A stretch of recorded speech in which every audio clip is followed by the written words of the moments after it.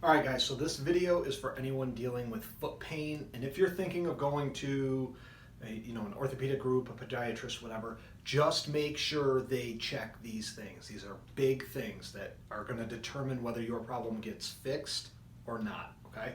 So first thing, these first two are range of motion things. So one, I want them checking your ankle mobility, specifically dorsiflexion. That's the motion that happens as your foot comes back as you drop into a squat, that type of position. And that needs to actually have a number, either a degree of measurement, a distance your knee gets past your toe. There has to be some sort of measurement with that. They also need to check plantar flexion.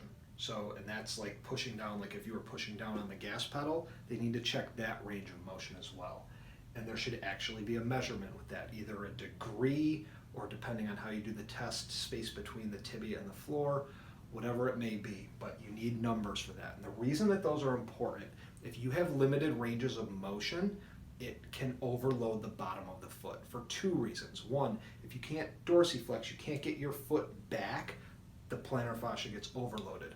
But the other reason that people forget is the main arch supporter are the deep calf muscles and then the tib anterior on the front of the lower leg. So if that muscle can't stretch properly, it also can't contract properly. So range of motion gives you a window into function. And if the muscles can't function properly, they can't support the arch. The main arch support does not come from those small intrinsic muscles in the foot. It comes from the muscle on the front, the muscles on the front and the back of the lower leg. So those have to function well. Third thing, make sure they assessed how your foot looks in standing. They need to be checking two things. Has your arch collapsed? Because, well, I'll get to that in a second. And the other thing is torsion. Is there a twist between the blade of your tibia, your lower leg, and your second toe? Does it push out? If either of those two things are present, your doctor needs to be considering the fact that you may need for a time or permanently some sort of an arch support. Because if you don't have that support you need, that plantar fascia just gets beat up and beat up and beat up.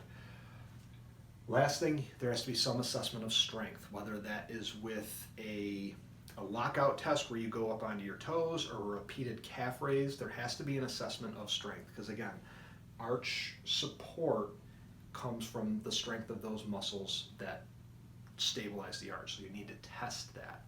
So make sure there's some assessment of strength. And again, there should be a number to that. There has to be reps, how long you can hold it, something objective that you can improve upon, if need be.